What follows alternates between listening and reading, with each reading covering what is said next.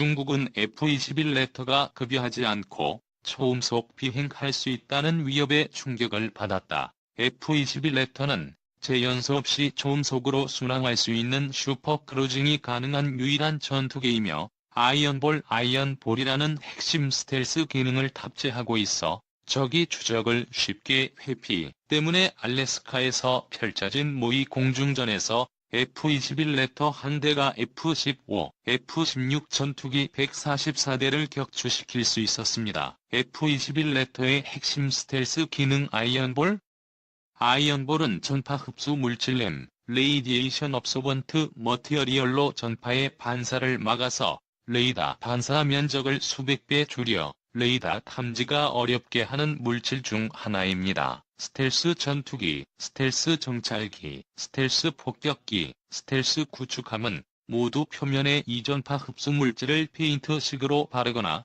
타일식으로 붙여서 레이더에 탐지되지 않는 것입니다. 이전파 흡수 물질을 개발하여 처음으로 무기에 직접 사용한 것은 당시 외계인 기술을 사용했다는 소문이 있었던 독일이었습니다. 독일은 제2차 세계대전 당시 연합군은 잠수함 탐색을 위하여 해상 초계기의 수상 탐색용 레이더를 사용하자 전파 흡수 물질을 잠수함의 스노켈과 잠망경에 바르려 했습니다. 지금 현재 최고의 전파 흡수 물질 기술을 보유한 미국은 1945년 처음 MIT 공대에서 MX412라는 전파 흡수 페인트를 개발. 당시 MX41은 전파 흡수 효과가 있었으나 너무 무거워서 항공기의 성능을 크게 약화시키는 문제가 있었습니다. P-61 블랙위도우에 바르는 실험을 하였습니다. 이후 미국은 전파 흡수 물질을 최대한 경량화하기 위해 노력하여 지금의 전파 흡수 물질 아이언볼이 개발되었고,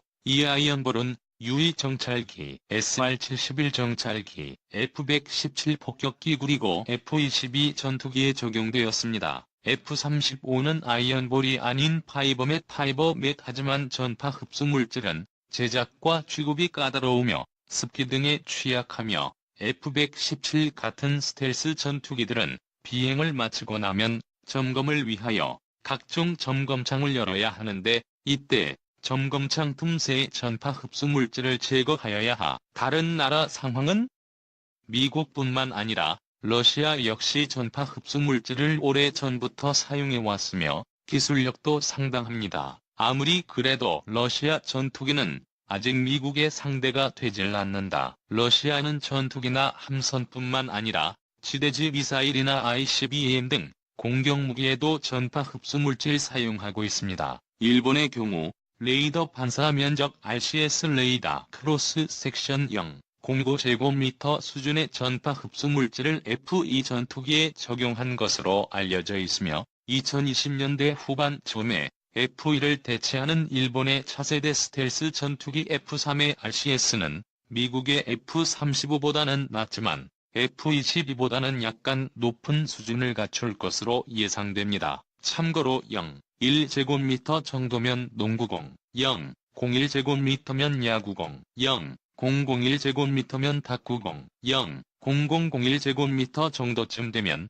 소형 볼베어링 수준의 크기가 금속으로 만들어졌을 때의 반사 단면입니다. 즉, RCS가 작으면 작을수록 적의 레이더에 걸릴 확률이 급격히 저하됩니다. 이라크 전에서 맹위를 떨쳤던 F-117 나이트 호크의 RCS는 0.0004에서 0.0006제곱미터며 우리나라 공군의 최신鋭전투기 F-15K는 6제곱미터, 러시아 전투기 Su-30은 4제곱미터, 우리나라도 도입하는 F-35는 0.00143제곱미터입니다. 그리고 보이는 F-21A와 최강 스텔스 폭격기 B의 RCS는 0.0001제곱미터로 적이 레이더에 포착되어도 작은 초파리처럼 보이는 이유입니다. 참고로 수출형 F-35는 성능을 저하시켜서 RCS 0.156제곱미터라는 소문도 있었는데 이에 대해 록히드 마틴은 수출형과 내수형의 성능 차이가 없다고 밝혔습니다. 중국이 주장하는 5세대 스텔스 전투기 J-20은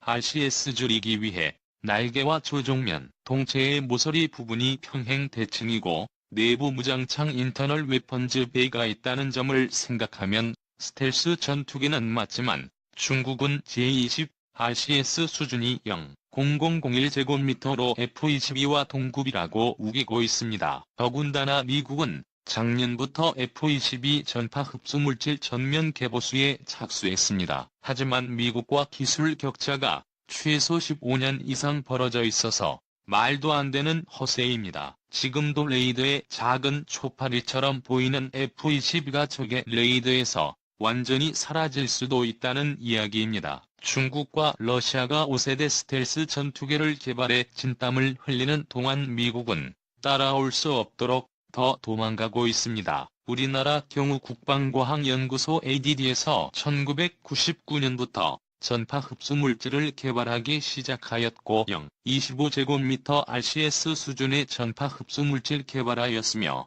현재는 나노 기술을 사용하여 0.0005제곱미터 RCS 수준의 전파 흡수 물질을 개발하는데 성공하여 실제 항공기에 적용해 실험까지 한 것으로 알려져 있습니다. 현재 상황을 살펴보면 우리나라의 스텔스 기술은 당연히 미국보다는 못하지만 중국과 비슷하거나 그 이상인 것으로 생각됩니다. 우리나라도 하루빨리 무인 스텔스 공격기와 스텔스 전투기 사업이 개발 성공하여 실전 배치하길 바랍니다. 일단 북한이 숨을 죽이고 있다. 북핵 미사일 위기가 소강 상태다. 북한 사정을 알 수는 없지만 더 큰 대결 국면을 앞두고 준비 작업 중인 것으로 보인다. 도널드 트럼프 미국 대통령도 다음 달 한중일 순방 이후 중대 결심을 할 것이란 전망이 나온다. 이런 가운데 한미 해군은 동해에서 해상시위 성격의 대규모 연합훈련을 실시하고 경기도 성남에선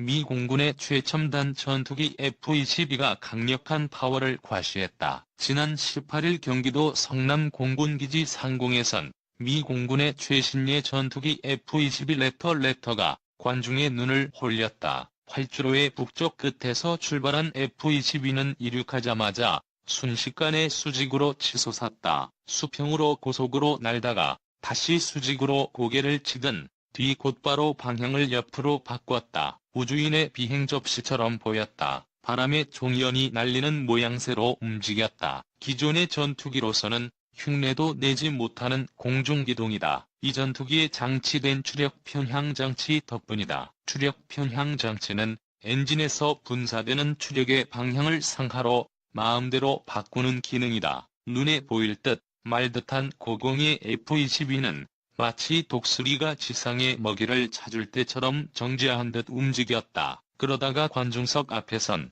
동체를 코브라처럼 세우곤 자동차 속도로 천천히 비행했다. 이른바 코브라 기동이다. 하지만 관중석 가까이에서 고속으로 비행할 때 내는 굉음의 파동은 가슴팍을 흔들었다. 강한 힘이 다가왔다. F-22 전투기가 이날 성남기지에서 시범 비행한 것은 서울국제항공방산 전시회 ADX 17에서 22일이 열리고 있어서다. 그러나 북핵 위기로 긴장이 고조된 올가을의 비행은 과거와 달랐다. 이 전투기는 2015년에 이어 두 번째 참가했다. F-22의 강력한 전투력 때문이었다. 최고 속도가 음속의 25배이고 마하 1.8의 초음속으로 계속 비행할 수 있는 고성능 전투기인 F-22는 전 세계에 어떤 전투기와 공중전을 벌여도 이긴다는 평가다. 1m 크기의 물체를 400km 밖에서 찾아내 공대공 미사일로 공격할 수 있다. 대전권에 떠 있으면서 평양 상공에 있는 북한 전투기를 탐지해 요격할 수 있다는 얘기다. 그런가 하면 적기의 레이더엔 구슬 크기의 물체로 나타나 육간으로 보기 전까지는 존재를 알 수가 없다. 이와 같은 장점으로 랩터는 북한 상공을 침투해 정밀 타격 임무를 얼마든지 수행할 수 있다. 최첨단 스텔스 기능이다. 레이더 등 각종 탐지 장치가 표적을 명확하게 구분하고 그 정보를 초당 기가바이트로 다른 F-22와 주고받는다. 진짜 전투력은 F-22의 데이터 융합과 통신 체계다. F-22 편대가 전투 상황을 완벽하게 공유해 한 몸처럼 작전 임무를 수행할 수 있다는 것이다. 비행 임무를 마친 F-22 전투기는 활주로 옆에 주기장에 다른 전투기들과 나란히 세워져 있었다. F-35는 이날 시범 비행을 하지 않았지만 F-22의 동생 뻘이다. 랩터 2대와 F-35 2대 등이었다. 미 의회가 세계 최고의 전투기를 만들라는 주문에 따라 F-22를 개발한 뒤 그 기술을 모아 좀 더 작게 만든 게 F-35다. F-35는 F-22보다 기체가 작고 기동성은 떨어지지만 역시 스텔스형 5세대 전투기다. 따라서 F-35 또한 북한의 레이더망 사이로 침투해 지상 타격 임무를 수행할 수 있다. 큰 기체가 레이더상에는 골프공 크기로 인식된다. 유사시 북한이 탄도미사일을 발사하기 전에 제거하는 킬체인의 핵심 수단이다. 한국 공군에는 내년부터 이 전투기가 들어온다. F-35가 북한 상공에 떠서 미사일이나 유도폭탄으로 북한군 탄도미사일을 직접 파괴할 수 있다. 이와 함께 이날 전시회에서 눈에 띈 것은 한국이 개발 중인 한국형 전투기 KF-X의 핵심 장치였다. 다기능 이상 배열 레이더 ASA와 적외선 추정 레이더, 전투기용 임무 컴퓨터 등이다. 미국이 기술 제공을 거부해 한국의 개발 가능성을 낮게 평가했지만 이미 완성 단계에 왔다. ASA 레이더는 1000개 이상의 안테나 모듈을 촘촘히 장치해 각각의 안테나에서 전자빔을 쏘아 적기를 탐지하고 이를 컴퓨터로 자동으로 종합해 분석하는 첨단 레이더다. 국방과학연구소 ADD 개발 담당자는 현재 F-35에 장착된 ASA 레이더에 가까운 수준으로 개발했다며 조만간 이스라엘에서 실전적 검증을 하기 위해 준비 중이라고 말했다. 또 다른 국산 무기로는 ADD가 개발한 전술지대지 미사일 KTSSM과 국내 방산업체가 생산한 소형 활강 유도폭탄 KGGB의 눈길이 갔다. 국방부 지시로 ADD가 비밀리에 개발한 전술지대지 미사일은 북한 장사정포의 갱도 진지를 정밀 파괴하는 성능을 갖고 있다. 북한이 유사시 남한에 보복하기 위해 수도권을 향해 장사정포를 쏘면 우리 군은 즉각 전술지대지 미사일로 장사정포 갱도를 파괴한다. 이 미사일은 갱도를 덮고 있는 콘크리트를 뚫고 들어가 터지기 때문에 갱도 입구를 완전히 막아버린다. 또 KGGB는 공군 전투기에 장착돼 투하되는데 이 폭탄에 달린 날개를 이용해 70km를 비행한다. 정확도는 13m 이내다. 업체 관계자는 KGGB에는 날개와 함께 GPS 등 유도장치가 있어 휴전선 넘어 산악지형을 우회해 북한 장사정포의 갱도를 파괴할 수 있다고 말했다. 국방부는 이 두 가지 무기체계의 장점을 높이 평가해 다량 생산할 계획이다. 북한이 장사정포를 발사하면 단시간 안에 모두 파괴하기 위한 보석이다. 전술지대지 미사일과 KGGB를 충분히 확보하면 미국이 대북 군사 옵션을 발동할 때 북한의 대남 보복을 최소화할 수 있기 때문이다. 문재인 대통령도 지난 17일 이번 전시회에 참석했다. 문 대통령은 이 자리에서 독자적인 항공우주산업과 방위산업의 역량 확보가 절실하다며 방산기술 강화와 수출에 정부가 적극 지원하겠다고 약속했다. 방산업체의 이윤이 제대로 보장되지 않는다. 그러나 현실은 다르다. 지난 20년간 감사원의 주요 업무가 방산 원가 다툼 조사였다. 이명박 박근혜 문재인 정부 모두 방산 비리로 몰았다. 감사원과 검찰을 내세워 방산 비리를 끝없이 조사했지만 원가 부풀리기 외엔 별로 잡은 게 없다. 최윤희 전 합참의장과 황기철 전 해군 참모총장을 비롯한 장성 여럿을 구속시키며 망신을 주었지만 대부분 무죄로 석방됐다. 이 바람에 방위사업청은 사업을 마친 뒤 조사받을 게 겁이 나 안전한 것만 찾는다. 항공산업도 문제다. KF-X는 4, 5세대 전투기지만 미, 중일러 등은 벌써 6세대 전투기를 개발 중이다. 한국은 방산 비리 트라우마로 6세대 전투기의 기반 투자는 물론 개발도 엄두를 못 내고 있다. 이래서야 방산이 육성되고 국제적 경쟁력을 갖출리 만무하다. 말로만 방산 육성을 외칠 게 아니다.